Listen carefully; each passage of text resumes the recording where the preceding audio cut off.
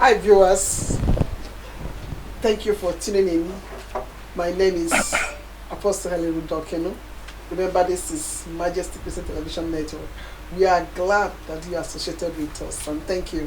So please zoom back and relax, take some of your drinks, and then watch joyfully this wonderful channel. We have something we are bringing to you, and we know that you will enjoy it because people have always asked us to repeat this program. It has to do with relationship with in-laws, problems and solutions, but from another perspective. So our viewers today, or our panelists today, I start from the left. I have Brother Gilbert Kwashi. Say hello to Majesty TV fans. Hello. Are you happy to be here? I'm very happy to be here. Thank you for coming. And then we have Brother Onyeka Okeke. Today actually is his first time joining us in our program. So Brother Onyeka, thank you for being here. You're welcome. I'm glad to be here. Yes, we are glad you are here too.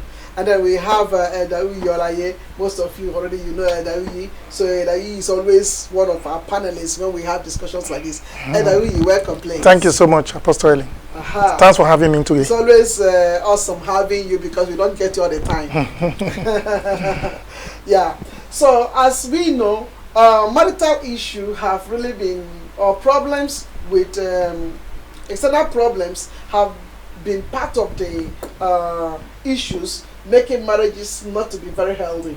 There have been so many interferences from either the family of the man or family of the woman or their friends or their peer groups or their cliques. So some of these things make the modern marriage to be hitting the rocks. As a matter of fact, there have been so many divorces hitting people's home.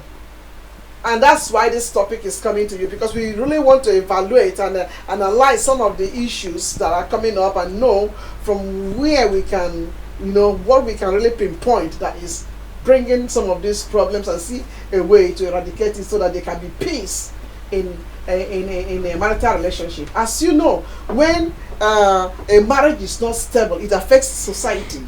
It affects society. It affects not only the social aspect of the society, but also the economical side of the society. It affects the economic side of the society because someone will be depressed, and once somebody is depressed, he can't go to work. Somebody may be depressed, and then it results to madness. Do you understand? So the person will not go to work, and the society suffers as well. So marriage is a solid ground for a stable society. So we want to bring out some of the things that have been affecting marriage, bring them to focus, and find a way to bring a solution to them. That's why we are talking about it, not just that we just want to talk about it. So if you are joining us, please remember you can watch us live on Facebook right now, or you can go on YouTube and watch us, or you can as well send some of your comments through our WhatsApp. Send your questions through WhatsApp or your contributions, and we will read them out, and then we will give you the necessary answer. So, gentlemen, once again, I welcome you to Majesty TV. And do you really accept the fact that many marriages are hitting the rocks? Many modern marriages are hitting the rocks. Is it true or false? Are you aware that many marriages are hitting the rocks? Are you aware that most of the things our parents enjoy in marriage, the modern woman or the modern man, they've not been enjoying it. So there have been a lot of problems in marriages. Not directly caused by the two who are married, but most of the problems are from external factors. So are you aware of that or not? Certainly. Please, you don't just nod your head. I need your voice. Certainly, there are obvious problems in not only in the modern day marriages, even in the earlier marriages. There have been certain problems occasioned by third parties, by external forces. Mm-hmm. Okay. Yeah. Okay. All right. So most of the time, even there's something that is that is going viral now. In the media, social media, about somebody calling a mother-in-law witch or not a witch. Well, I don't want to dive into that aspect, but may we look at some of the things? What do you think are some of the what area of the family, or yes, are posing a threat to a healthy relationship? The father-in-law, shall we look at that side, please? Does a father-in-law pose a threat to a marriage? Does a father-in-law always pick up a problem with the daughter-in-law? To my opinion, that doesn't happen very often. Father-in-laws are most of the time rather the supporter of the families when it comes to a woman of the father who goes to marriage. Because every father, to accomplish your goal, is to see your daughter getting into marriage. Okay. So for fathers, it's a honor actually when their daughters or their children gets into marriage. So most of the time you don't hear much negativity from father-in-laws. So you're saying that the father-in-laws, they always calm Most of the and time. enjoying the relationship. Most of the time. Is it the father of the boy or the father of the girl? Actually, the biggest problem lies most of the time in the girl. So whenever the girl goes to marriage, the father-in-laws are most of the time see that their work is being done. Actually, they have accomplished their goal. Every father looks forward to it, that his daughter will get into marriage, and a safe marriage. And to me, this topic, what I believe is actually fathers-in-law and mothers-in-law are to be there, because there is no any marriage which is easy. So I think their role, rather in marriages, should be when the moment the couples go weak or there is a problem in the marriage, that they will be the support to that marriage to make the marriage hold. So that is what I see, what the role of a mother-in-law or a father-in-law should be actually in a marriage, if you look according to God's commandment. Because look, we cannot do away with God's commandment and lead our own life. Because God said a man will leave his parents, a woman will leave his parents and join to a woman, and they will become one soul. That is God's word, period. There is nothing you can do about it. A man will leave. Say the man will leave the father and the mother. The man will leave all that he and join, become one with his wife. Exactly. The person that is doing the living is the man, not the woman. Both the of man them. is the one that is doing. The Bible specifies that the man shall leave his father and mother and shall cleave with his wife. Exactly. And they shall become one. Exactly. So that cleave means they should, like, they will become like a Aradite. They have to cleave means to become one soul. To become tight. Exactly. They become more tighter. Exactly. Okay? And they become one.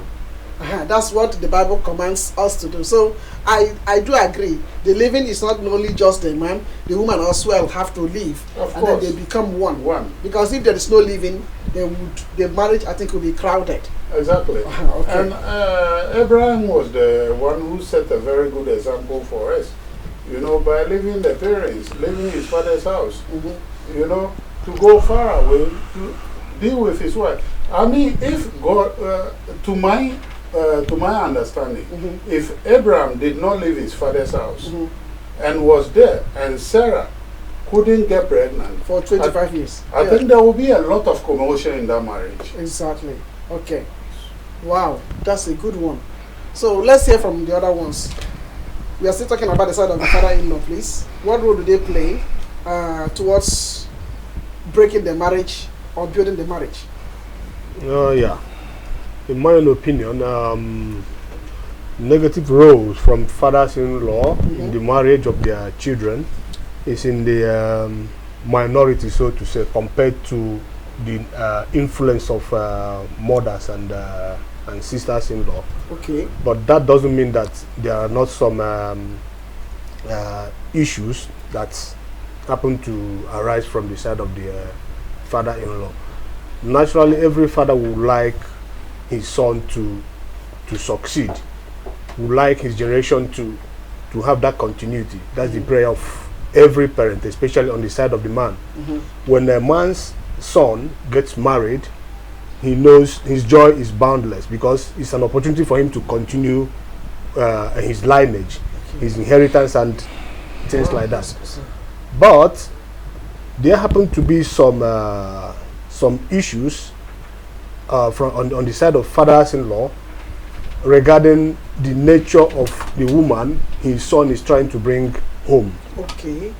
They believe it is their role to look at the family background of the lady his son is trying to bring home, to make sure that she is from a marriable home. Wow. And then there could be a conflict when the son, because in the where I come from, there are this popular saying that what an elder doesn't see sitting down, a child cannot see it even if he assumes the top of an illoco tree. So that is an adage which fathers-in-law happen to, hold on so much. Yes. To the extent that they always look behind the shoulder of their children. Oh, this woman you are bringing home, she's not from a marriable home. Stop with this marriage. More often than not, the sons or the youth of Israel believe that they know better. Yeah. They believe that, oh, my father have lived his life. This is now my time. My father doesn't know better. I have courted with this girl. I've moved out. I know whom I'm bringing in. Wow. So on that basis, yes, there could be that conflict between the father and the son now. And in most cases, the children go ahead and consummate that marriage. Yes. Having done that, you have laid a very weak foundation in terms of the relationship of the woman and the father-in-law. Wow. So it happens a lot. Yes. And then the father who believes that I always wish my son the best. I want him to marry the best woman. Yes. So he has gone ahead to to disobey my instruction. Mm-hmm. Based on that, his mind is already polluted regarding that marriage. Yes. And there's nothing, almost practically nothing, that the woman will do to please the man. So whatever the woman does, even if she does her best, the man will be standing on his first impression of the girl. Yeah. Oh, I said this from the beginning. He will be looking for the fault on the side of the woman, in order to justify the stand he has placed from day one. Exactly. So, and it is a big problem in our society. Wow. But on the other hand, we men cannot be compared to the women in terms of being possessive and being jealous. That's why I said in the beginning that there are more problems on the side of mothers-in-law than fathers-in-law. But that doesn't mean that problem doesn't occur on the side of fathers-in-law. Wow. Thank you so much for this wonderful contribution. So from you now, we've learned that there are women who are marriable, and there are men who are also... Are there some men who are marriable? As a matter of fact. Because there must be some men as well who are not marriable. As a matter of fact. Because from the homes they are coming from a broken home. And then if you look at their uncles, they are all having a wrecked marriage. And then their aunties as well. So when you go into such a background, so it is obvious that this man who is coming to marry this girl may not hold the marriage. The marriage, as a matter of fact. Because the forces that are fighting, that have fought the uncles and aunts and fought his own father, those forces will fight him too. Definitely. Except he determines and he say, I want to fight back and I want to lay a better foundation. Then that's the time he can swallow up everything that's going to be coming to make sure that he and his wife, they are one until evening. Yeah. All right. Thank you so much. Can I hear from you, Edawi? Well, just like my brothers have said, wow, there are minimum interferences from fathers-in-law, okay, into the marriages of their children. Mm-hmm. But they do it does exist, okay, and these things, this intrusion from fathers-in-law probably exist based on certain cultural or traditional orientation. Okay. Some fathers-in-law are very, very culturally and traditionally oriented.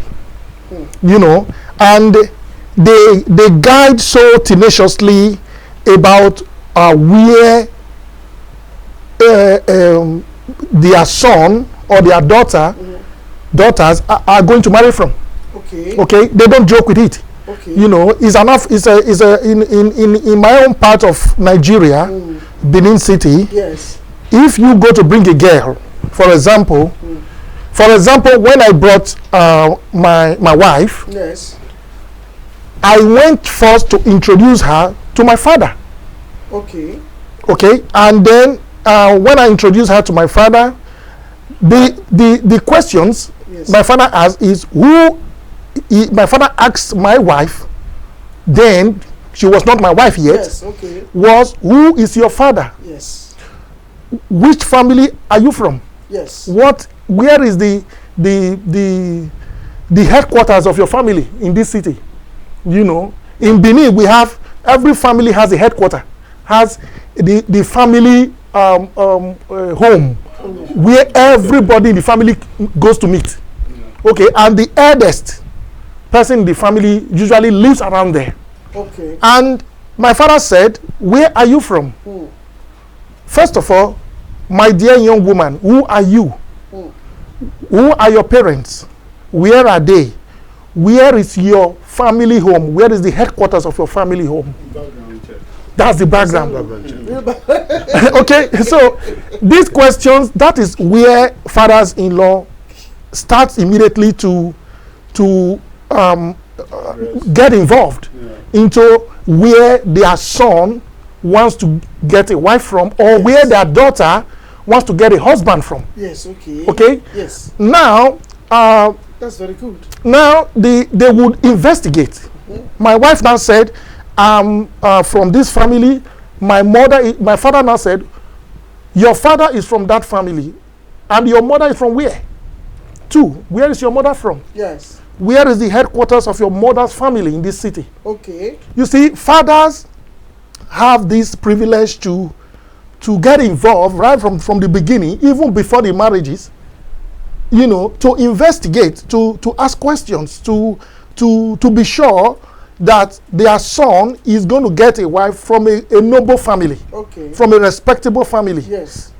both from her father's family and the mother's family. So right from the beginning, fathers get involved into that. We are talking about organized fathers, you know, fathers who also have homes. They have wives and they have children, you know, fathers who also have homes. They get involved right from the beginning, even before the marriages. And so, and they follow it up. They follow up these investigations.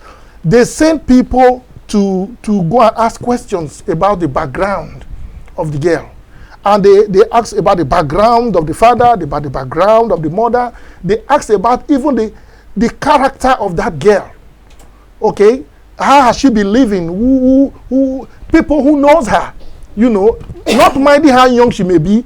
Come a little bit closer. Yeah. I can be seeing you. No, Yes. not minding how young she may be. Fathers wants to know the background where their son is going to marry from, and that is just the beginning of their involvement. Okay. And these involvement are usually very serious. Yeah. You know, they don't joke with it. My father told me. I told my father, look, Dad, this girl is the best girl I've seen since I grew up to be a young man. He told me to shut up. He said, look, you don't know anything. You are just a young man and you believe you are falling in love.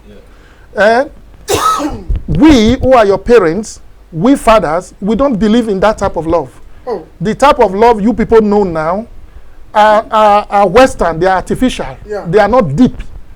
They are not cultural. They are not traditional. They are not regulated. They are just artificial kind of feelings you have and you think you love. Okay? So for us who are your fathers, Yes. we don't believe in that. We believe in something deeper than what you see. Wow. Okay? And so my father got involved. I wasn't happy. Yes. I said, what is this old man doing? I didn't tell him to come and be a CID, FBI.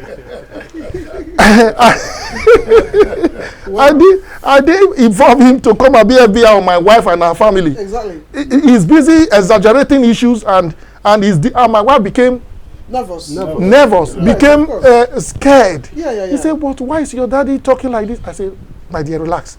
I understand what he's talking about. He said, but I don't understand. I said, you will understand. I will explain to you. Look, my father got involved. Okay, I didn't ask him to be involved. He was involved just after introducing my lover, my fiancé to him. Yeah. Okay, so well, this kind of involvement, well, sometimes we see it as positive involvement, positive interferences. Okay, because they just want to be sure that their sons do not make mistakes. Okay, then after that, he went ahead to investigate her parents. You know, my father sent somebody from the family to go and started asking questions. Do you know this family? Do you don't know this one? Do you know who is the head of that family? And they went ahead and started investigating who was the head of my wife's family and where his house was. And they started asking questions. These are involvements that, if not handled carefully, will begin to bring problems, disparity right from the beginning, even before the marriages. Okay, but these are done by fathers, not even mothers. Okay. Okay, so, but at the end of the day, my father told me, okay, son, He has made inquiries. that girl is from a good home. The father's family is a very noble family.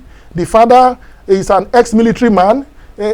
My father was telling me what I didn't even know about my wife. Okay? And then after investigating, he now said, now I'm going to start another chapter of investigation about the mother's family. I said, but the father's family is enough. I mean, you are convinced that she's from a good home. The father is the head of the family, and the father is a noble man. He's an ex-military officer, and all that. He said, no, it's not enough. I'm going to know who the mother is. He went ahead and started doing all this. All these are interferences that could bring either positive or negative results into the marriage of the son, even before the marriage. So if your father had gone ahead and maybe he discovered certain things which were not proper and he asked you not to marry your wife, would you have stopped? Well, you see, that is the sensitive part of it. You know, I was scared. You know, I knew the implications of the final result that my father was going to bring. But at the end of the day, I knew, even though I was a young man, I knew that my fiancée was a disciplined girl and that the father was also a very disciplined army officer. You know, so she's from a good home. Okay, and then, but at the end of the day, thank God, but sometimes we, the young men who wants to get married, will be convinced that my girl is beautiful, she's kind, she's well-mannered, but it depends on the opinions of your parents. They may not see it that way. Okay, and if you are not lucky and your father or your mother didn't see it that way, it's a big problem. Yes. It is easier if your mother will not agree. If, for example, if my mother said, no, you cannot marry this girl because I don't like her, I don't do this, I'm not satisfied with this, and my father says, no, he can marry her. The girl is good, she's from a good home. There is nothing my mother can do about it.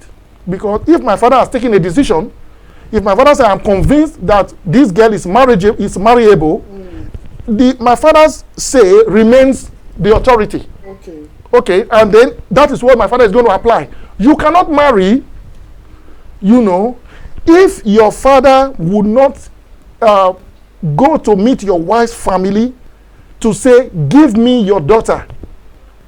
I cannot go and meet my wife's family and say, give me your daughter, I want to marry. They will not give me. They will say, go and bring your father. So fathers are very important in my culture. They are very, very important, and without them, you cannot marry. Okay? Right. Really? This is so. In this time, when people are meeting people in the diaspora, are they still carrying out these researches? They do. Really? They do. They do. How If many percent? they do, Yes. if the girl particularly. Are they like those who are getting married to the white people? Are they carrying those research about them, or No, is it no, just no, about because African they girl? don't have the opportunity. They don't have the. And yet they go ahead and they marry the girls. Yes, they do.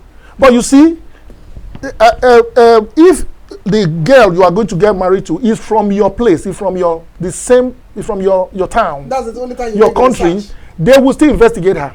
Yes. Okay? Yes. Because you don't just tell your father, I want to marry, and they will say, who is the girl? You say she's from your tribe. Where is her father? It's the same thing. They will still investigate them. Why are Okay. they not doing that with? But if you, foreign if, woman? if for example, I tell my father that I'm going to marry a Dutch woman, a white Dutch woman, he hasn't got the opportunity to be investigating the Dutch woman's family in the Netherlands. He cannot do that because he hasn't got the opportunity. But he's going to tell me, why do you want to marry a white woman? Oh, In fact, some fathers do not even agree in the first place, particularly when you are the eldest son. Okay, he doesn't want you to bring a because foreigner I'm thinking. The way we get into marriages in the African context, they are demanding too much.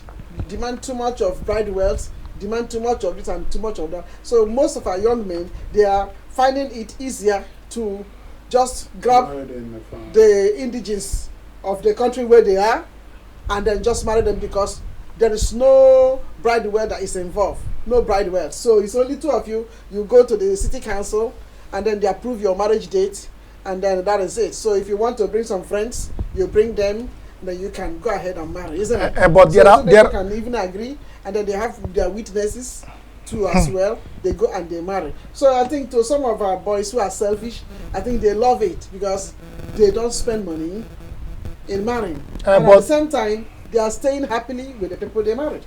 Yes, but these things also have implications. The what? Implications. This kind of situation. Marrying in the diaspora, I mean. Marrying a foreigner also has its own implications. Oh. Okay. For example, there are also different challenges involved in interracial marriages. Okay, which you see, which people are obliged to get used to because he hasn't got any option anymore. Because if you, for example, we believe that here divorce is also very easy. Just the way you said that, just the way you think that it is convenient to marry a foreigner without much interference from your family. In the same vein, it is also very easy for that woman to throw you to the street when she is angry without your family being able to do anything about it. It's true. Okay? But that does not happen back home. It's true. For example, my wife cannot throw me to the street back home in Nigeria. She can't do it. But we have seen also many African girls throwing their husbands away here in the diaspora. That is because they are in diaspora. Oh, okay. That means things are changing. Okay. Exactly. So you know, can I come in? Yes. This issue you are talking about the background checkup your parents did. I believe now, even if you go to Africa, you will find about only, let's say, 20% of the families who does this kind of culture background check and marriage check. Only 20%. Most of the people, especially living in the cities, do not go according because they have seen some negative sides of it. There are some of the family, even the demands they do to a man when he's coming to marry a woman in their place, the demands they do, it leaves the man even broke. That after the marriage, the man has even no money to take care of he and his wife. Wow. As far as that. Yes. So there are couples who have even done away with, and this leads to some of the breaking marriages in our modern countries these days. Yeah. And okay, let's take the other 80% who are not doing all this background check and all these things. Do we have, or what kind of advice could we give to this modern generation who are getting into marriage? Because that is one thing we should be looking into these days. That is why I said your way of getting into marriage. Now, you only find about 20% who are doing this. you see, that is why I said earlier that it is Let a. him come in. Oh, sorry. Yeah, if I may come in, the background check doesn't need to be so elaborate and holistic. The background check from the father can even be on the face value. You can come from the city, visit your fiancée, to bring her to see your father. Yeah.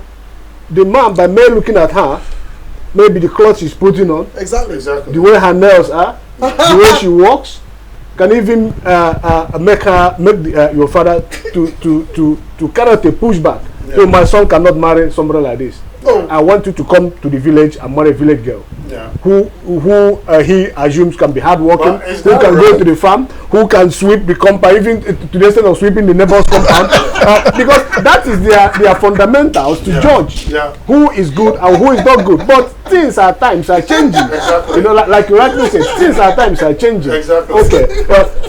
Notwithstanding that it has gone beyond their shores to carry out this kind of background check, doesn't mean that they still don't impinge some problems in the home of their children. Yeah. There are two sides to this coin. Jesus. Problem and interference can come from the side of the father of the man. Yeah. It can also come from the side of the father of the girl, Yeah. depending on the how well-to-do Yeah. the man in question is.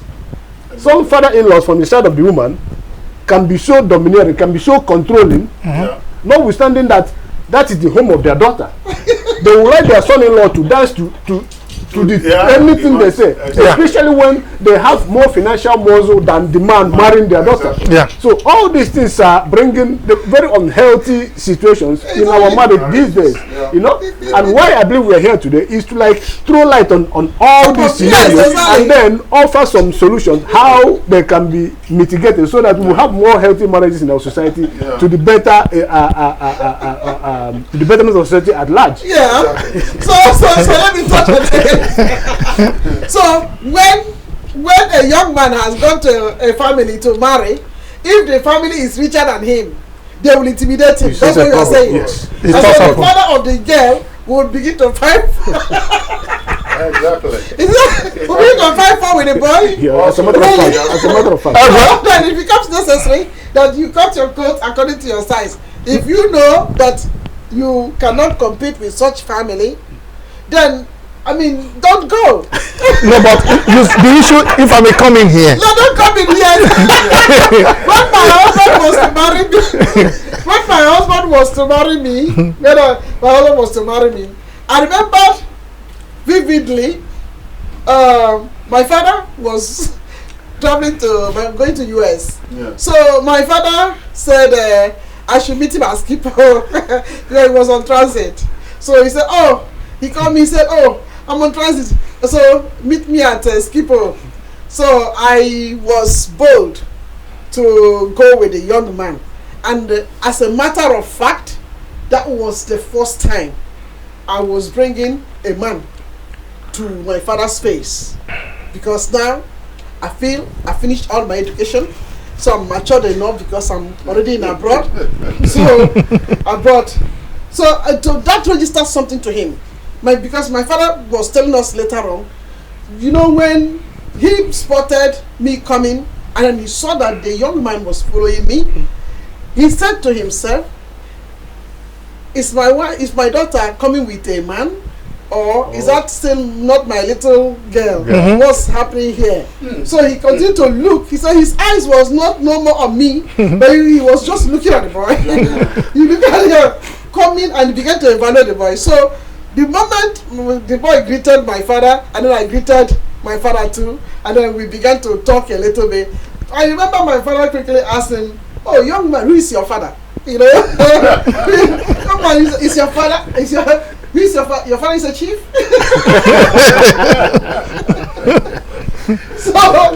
So he nodded his head.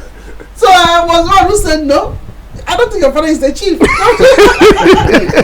but he said his father. He said his father in heaven. That's the one he's talking about.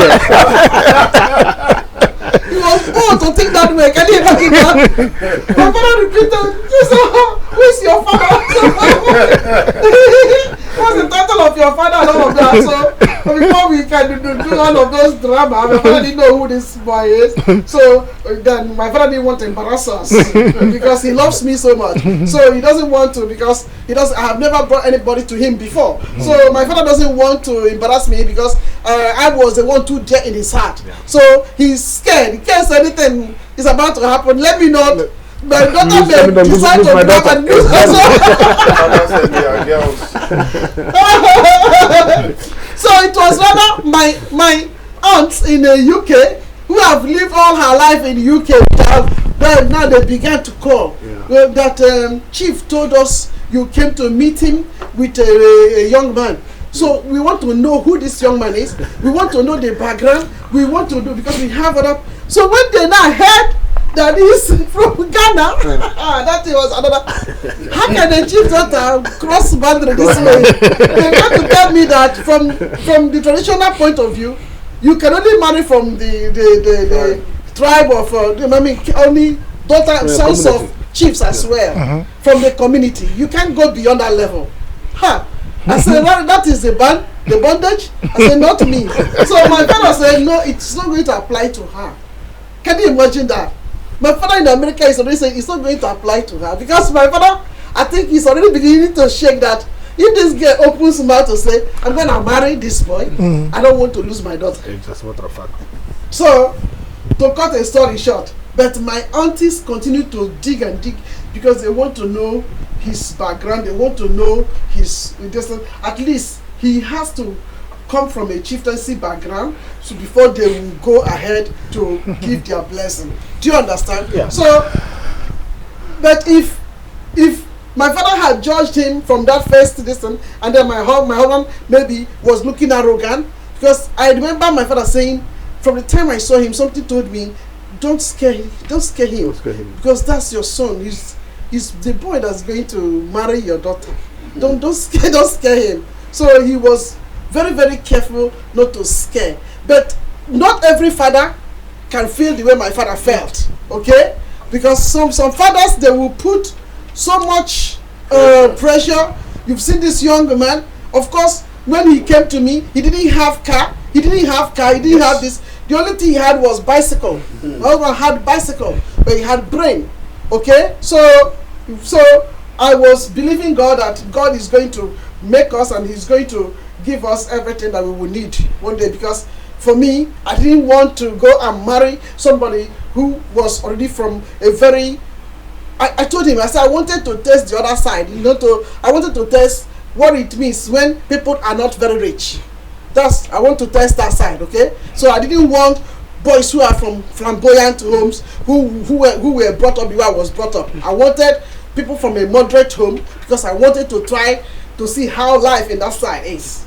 Okay? So that was my own my thought before I came into a relationship. But that thought also I made sure that I was not looking for money, because my father had put it in us, you don't have any reason to take money from a man because I give you enough money. So you don't have any reason. No man has to take you to bed because he gave you money. I give you enough money. Okay? When they invite you for dinner, tell them you want to pay for yourself. All of those things we've already learned it. So throughout the time I was cutting and dating with him, ask him, he's here. He never spent his money on me. I'm the one spending, because when we go out, I say I want to pay for myself, because my father said, until the person marries you, don't eat his money. I was always telling him that, and that really guided me. It guided me. So it made me, I wasn't going about looking for who would take me for dinner before I go for dinner. No.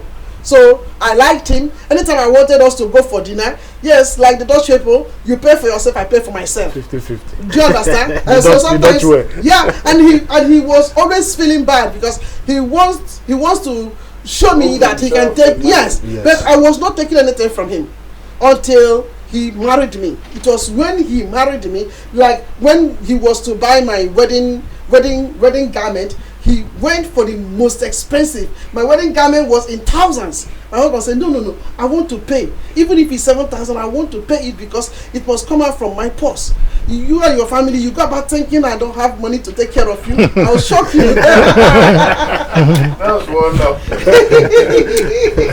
So he will always tell me, I will shock you. I will shock you. I said, oh, really? He said, I'll shock you and I'll make sure that I take you down to America for your family to see you, and I will take you. Everything he told me, he did. So when they began to see him taking me to those places, they are so surprised. And that has been the bond they have with him till today. They love him. They know that he can never mishandle me. And myself, I will not also put any pressure on him, put any demand on him. No, I don't do those things because they are not necessary. So I didn't have too much of those kind interferences of the like mother-in-law. They have to view me and know me. Unfortunately, my mother-in-law passed on before I could come in. Okay. So she passed on, and that pained me because my husband is the only son. So I was really wanting to meet my mother-in-law, but unfortunately, so he has 3 sisters. Yeah, so he is the only son among the distant. So my father-in-law too, I didn't see the one. I didn't see that one. So probably if they had done much background work, or probably maybe from my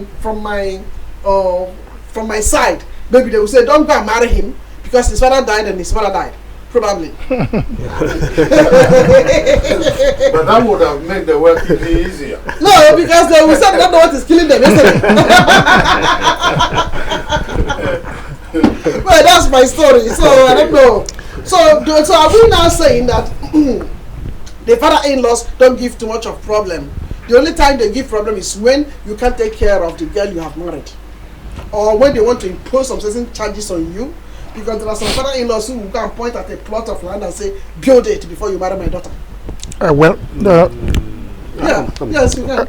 Well, yes, it is true that fathers-in-law do not put too much pressure. They don't interfere too much when their son or daughter is already married. Okay. You know, in my own, from my experience, where fathers-in-law get involved and interfere so much is before the marriage. Yes. Okay, that's father-in-law. Yes. Because they want to be sure who is coming in. Who especially when they really want to be sure that those children get their wives or husband from good homes, particularly when you are the eldest son or the eldest daughter. Oh. The African father wants to be sure that the eldest son or the eldest daughter will not set a wrong example for others that are coming under him. Oh. Okay? So, and for example, my father told me, when you are my eldest son, and it's my responsibility to ensure that you marry from a very good home. Okay. And it's also my responsibility to ensure that you marry properly. Okay. Okay? And I don't want to hear that you want to impregnate a girl. Yes. When you have not paid her bride price. Exactly. That will bring disgrace to me and my family. Exactly. And if you do that, your younger brothers will follow. Yes, it's true. Because immediately you have done that, I will not kill you. No. But it's a bad example. Exactly, it is. Okay? Yes. So don't do it to me. I said, Daddy, I'm not going to do it. Do I look like I will behave like that?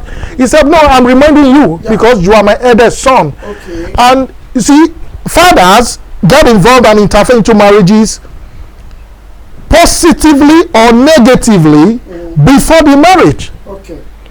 Okay? Yeah. And mothers get involved more when the marriage is already on. Wow.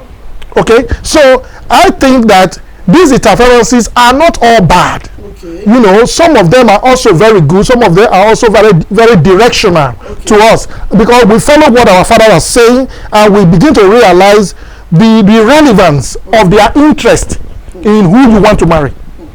Okay? And it helps us a lot also, because certain things my father told me, I didn't know about my wife. I didn't know about her family. Yes. I was not interested. I love her, she's beautiful, and we are in love, and that is what was important to me. But my father went investigating, like I said, and he told me these things. The father is this, the father is that, the father is this, the family is this, and this their background, this their village, this their this, and this their that. I didn't know all those things. So interferences are important.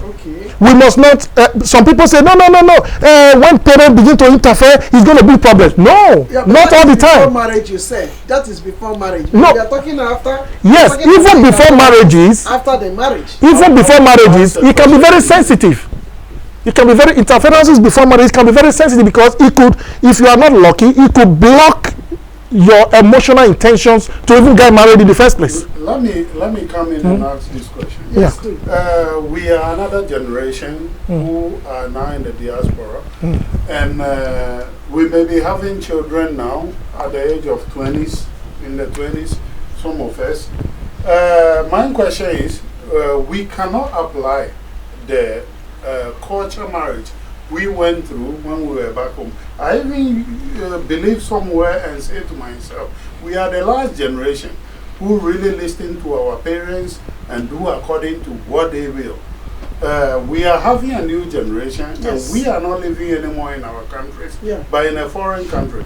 We are bringing up another generation. We are responsible for them. What kind of implications or complications are we bringing to those? Because, for instance, if I have a daughter, yes. if now she happens to meet a man and she is bringing that man home for marriage, those things which were applied to me back home before, I cannot apply them at all. At all. The yes. man will even run away from her. You know, if I bring such, how do you call it? I bring such rules and regulations. Yes, you do such a background check. Exactly. Yes. It wouldn't work. How are you gonna do it now? Like somebody who is coming to marry your children. Yeah. Because you have sons and daughters. Yes. They are grown. They are brought up here. Yeah. So I believe this how are you gonna do the background check? This discussion we are having, how can we be helpful, or how can we advise the other mothers and fathers who are around in this diaspora, especially for their children coming? How should they get into marriage? How can they be out of the marriage or be positive influence to the marriage? Because if you look to this our modern world, there are a lot of marriages going down because we don't know how to support them, or we involve wrongly. Yeah. You know, so I think we should stick on this topic and rather find solutions how we could be helpful to these marriages coming on, even to our own. Yeah, but the problem you have to know here is that we have listening ears. Yeah. Okay, but the children that are coming up now, they don't have listening ears. Exactly. So this we were not brought up to be self-centered. But the children now are self-centered. It's just only about them. Exactly. Only about them and what they want to have. So it doesn't matter what you are saying. If you talk too much, at the age of 18 already, they are leaving home. Exactly. They are leaving home to go and stay with whatever. So throughout the time they are outside, you are not staying there with them. No. Okay? So you can only do wisely, just like my father did. You know, he acted wisely. And myself, I respected myself very well, because he will tell you he has suffered to build his reputation. So know ye that you are representing me. You are my ambassador wherever you are. So you must make sure you don't go and do what will bring dishonor to me. I mean, it will be a dishonor that the chief's daughter was pregnant before she got married. Do you understand? Yeah. How would I justify that? How would I? Would I have liked to carry pregnancy and also do what other young girls are doing? No. Yes, I would have liked. But when you remember the burden of the family that is upon you, the sort of family you came out from, then you will say no.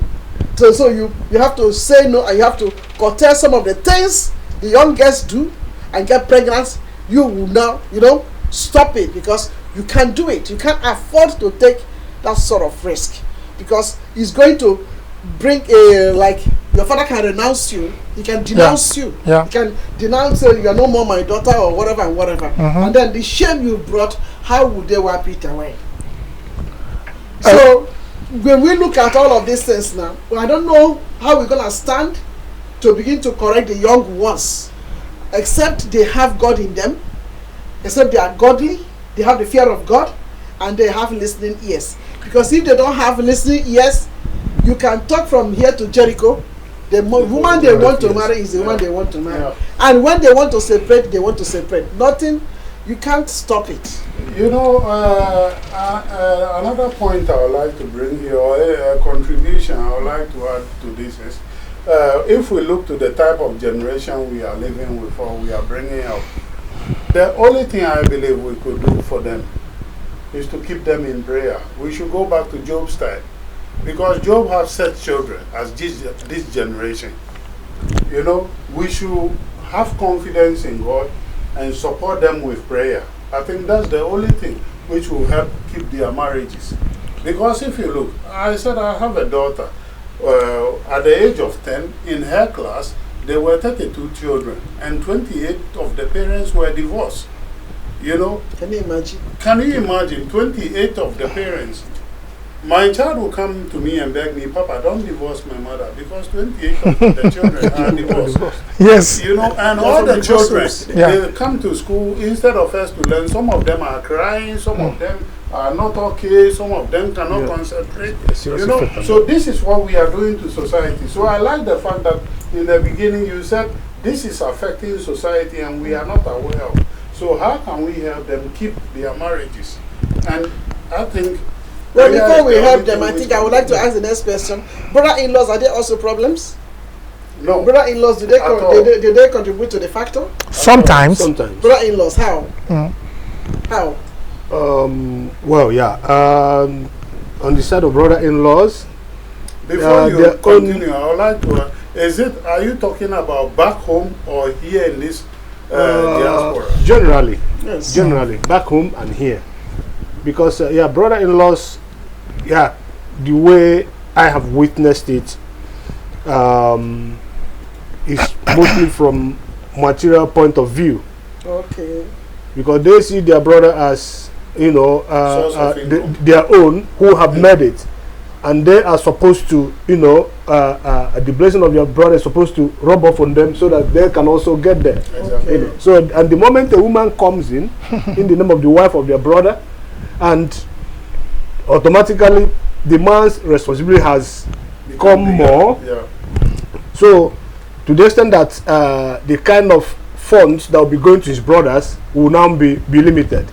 So they will sit back and say, oh, since this woman coming, my brother used to send me €1,000 every month, or he's been planning to send me to America or to wherever. But the moment this woman came in, all those plans has died. I don't get anything anymore. That's very true. My own friend, his brother, even went to the extent of fighting the wife when they visited home. You know that you are a very, very bad woman. You have very bad effect on our family. Since you join my brother doesn't look at anybody anymore. Yeah. You know. So, and the innocent girl, I mean, she was really surprised. She's a source of income for the brother. As a matter of fact, so this boy doing this, the brother even sent him to Dubai, you know, to go and hustle like he is hustling here. Yeah. He went over there. I mean, he couldn't make it based on the kind of mentality and upbringing he has. Yeah. He went back. They had me in Dubai. Unfair, that's what. The brother even sent $1,000 from here for them to leave him in Dubai and get him back home. Okay. He went back home and he said it is because of my brother's wife. You know, I wanted to join my brother in Holland, but they don't want me to come to Holland. They send me to Dubai. It is because of this woman. She don't want me to come to join them. You know, those kind of things. You know, so there has to be some awakening and awareness on the side of every member of the family. Yes. You know, so that people's marriages should work. People's homes should be you know, helped to stay as it should stay. Exactly. So this is one of the problems. Well, if I want to add to what my brother has just said, yes, you see, interferences of fathers, like I said earlier, are usually based on their cultural and traditional mentality. Okay. Otherwise, most fathers don't have problems with the marriages of their children. Okay. Another perspective is, if a father discovers that the son-in-law is maltreating his own daughter, he comes to discover that my son-in-law is abusing or maltreating my daughter, his wife, then he's going to interfere. Because fathers are usually very, very sensitive about their daughters. Yes. Okay, all of us are like that. I have a daughter, and I'm very, very, very sensitive about my daughter. Yeah. And even if the prime minister of the American president marries my daughter, and I have a reason to believe that he maltreats her, then I will step in. Yeah. I will not keep quiet. I can't just afford to keep quiet. Yes. Okay, because I'm very, very emotionally attached to my daughter.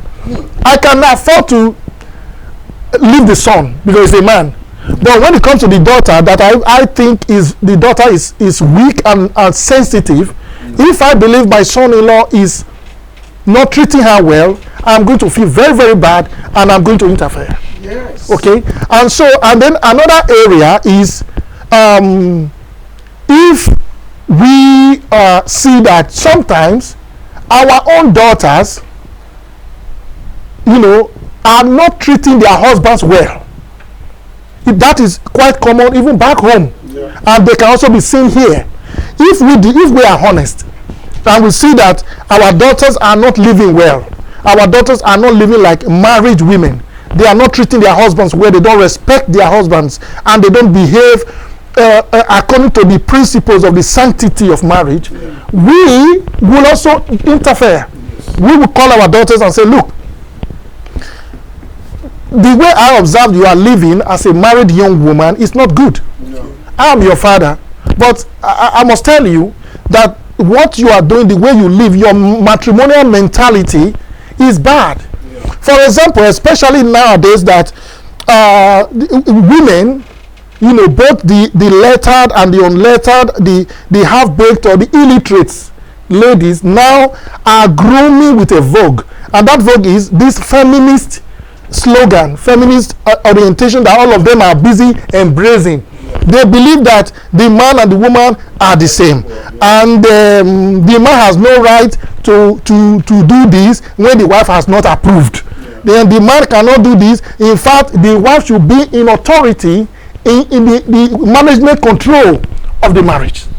Okay, and that's the feminist thing that we came to discover here in the Western world. And I can assure you that thing is causing so much breakdown of the matrimonial frame, of the matrimonial walls, the walls of marriages. You're breaking it down, because particularly when it comes to not even Africans alone now, those of us who are not used to that matrimonial setting, even to the Western people who started it, marriages are breaking down. The center is not holding, because feminism, particularly when it comes to the negative side of feminism, is really destroying the society. It's destroying homes and it's destroying the society at large. So we who are fathers interfere from different angles, depending on who we are. But you see, in my opinion, the only way we can help, like you said earlier, the only way we can help society, help marriages of our children through our interferences is not by talking or by intrusion, is by first of all setting the example. Okay, you need to first set an example of what marriage should look like. A man should be able to prove to his children that you love their mother. A wife should be able to prove to the children that she loves and respects their father. Okay, and the children will see. You don't even need to tell them. They will, because if you bring them up, they will see that daddy loves mom so much. Yes. Mommy respects daddy so much. Okay, and when you have issues, you don't go to invite your children and say, come on, your father, you don't do that. Or you don't go to tell a man should never go to tell the children, Your mother, to say your mother is a bad woman, she's a witch, and I'm going to do this. You don't do that. Particularly now that we are in the Western society. Okay, the orientation is different. So our interferences should start by giving them the right example. Let them see what marriage is all about. Let them see that marriage is not a gamble. It's not a try a luck thing. I want to try it. If it works, it's good. If it doesn't work, we break it down. You don't go into marriage like that. Marriage is not lottery. It's a life thing. Marriage is spiritual. It's something that is life. Marriage is life. Because if you don't treat life well, you are going to destroy it. That is marriage. And marriage revolves around everything that concerns the home. And the home is the man, the wife, and the children. And then, in fact, whatever you do now is going to affect your next generation.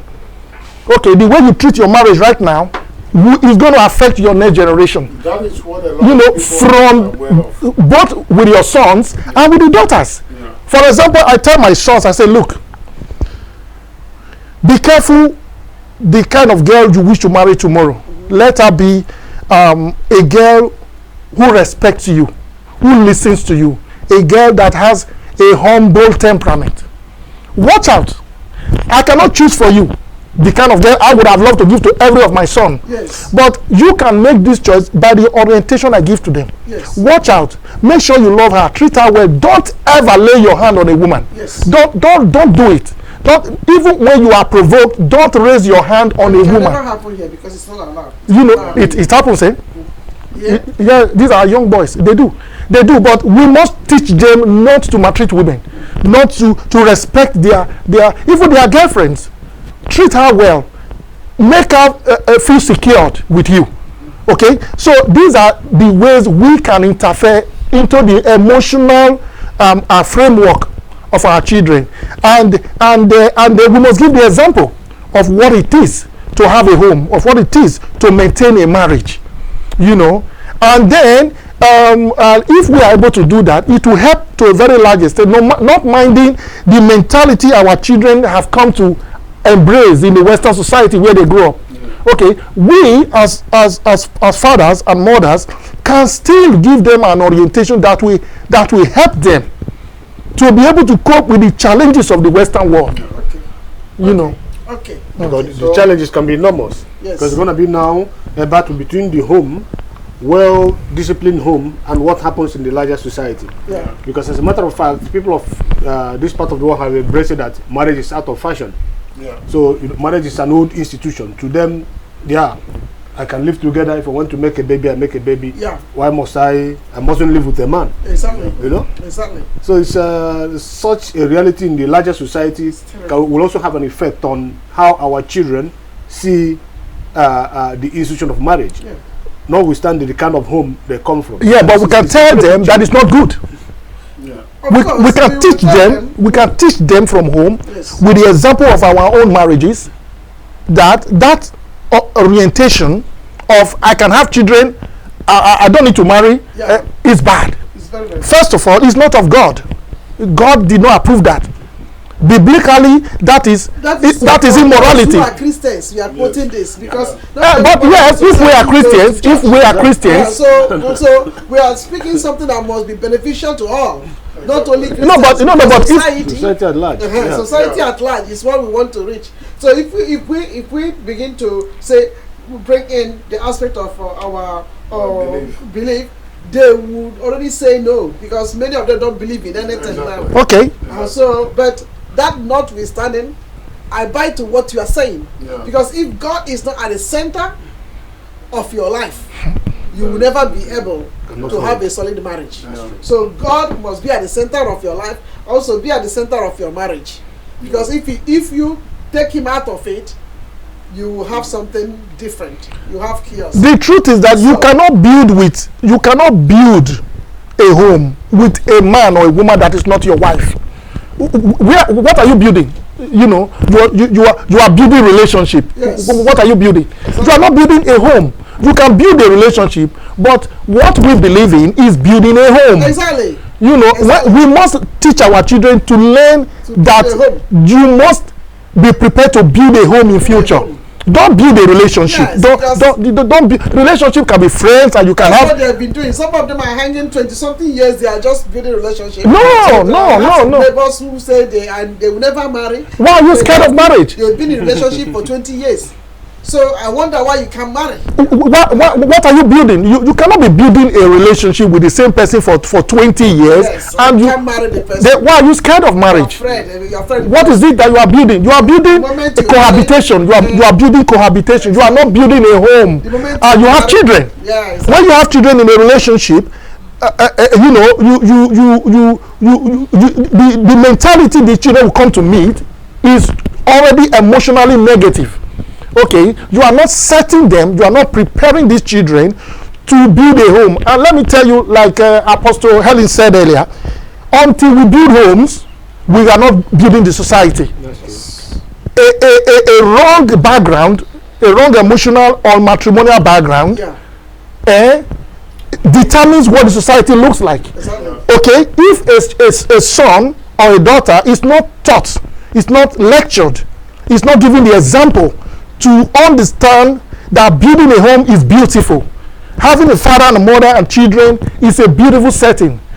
You know, if you don't teach them on how to apply the principles of love, you know, to build a home, then you have not done anything good to those children.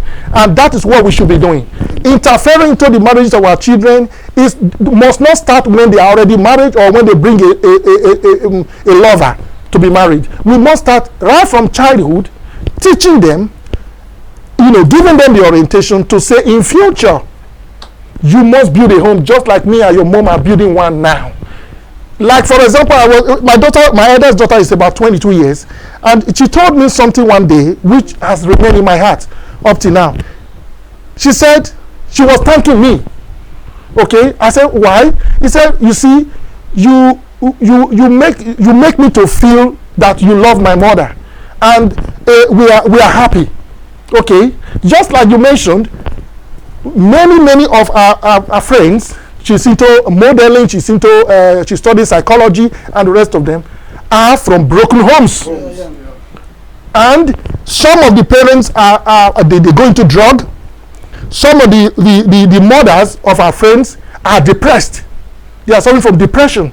The fathers of some of the friends are into drug addiction. And there is violence. Time up. Okay? And so, when we set these examples, when we don't teach our children to smoke drugs, when we prove to them that it is very necessary to be preparing to build homes and not building relationships, I think it will help our society. Amen. Okay, Well, what I'll contribute to this is we have just 1 minute, everybody to speak. and fathers-in-laws. Mhm. If you can be a contribution, positive contribution to your children's marriage, please be there. Yes. If you cannot be a positive contribution, then leave the marriage to God and let God rule their marriage. Amen. That's a good one. It's a good What do you have to say? Yeah, my take on it is that both on the side of the mother and the father, where the great work is in modeling the child right from birth. So that when he comes of age, it is certain that probably at the age of 15, the hand of the parents are like this in terms of relationship with their children. Once they form their homes and they marry, if you know that you're not going to impact positively on the marriage, please let them, support them, to leave them alone to build their home. So that is my my contribution to. Do you have anything to say? Well, we believe that if you cannot be of help to somebody, Yes. don't be of help, but don't create problems for them. Okay? So it's the same thing. Fathers and mothers, if you cannot, like my brother said, if you cannot contribute, if you cannot support the marriages of your children, if you cannot help them to succeed in their marriages, leave them alone to God. But don't create problems to them by intruding into their matrimonial affairs. Wow. Thank you so much. Oh, all of too soon we are coming to an end of this, but I want to thank God for all the contributions you guys have made. They are so powerful, and I believe that those who will be watching this program, they will have a lot to learn. Yes? And one thing we should take into consideration, we are living in the Western world whereby the rules and regulations of most of these countries are, in the past, when we bring children back home, they are our children, we owe them. But in the Western world, their rules and regulations are, so long as you put a child in this world, the child, you are the one who brought the child, but you don't owe the child. Exactly. So this is one thing we Africans, we should take a lot into consideration. That will let us know our place, so that if we can be a positive contribution to them, we will know. But if we cannot, then we will know that we don't owe them anymore. Oh, wow. We don't owe them. May God help us. Amen. I tell you, may God help us. Yeah, because it is based on what you've just said. That's why some of them will say, I don't think my mother and my father, they are demanding too much from me, so that I cannot do anything because I didn't force them to bring me out of the world. Exactly. You know? So, but that is also a mark of irresponsibility, because some of us who have had a chance to support parents in one way or the other after they have really deposited enough in Nurtured you. us, yeah.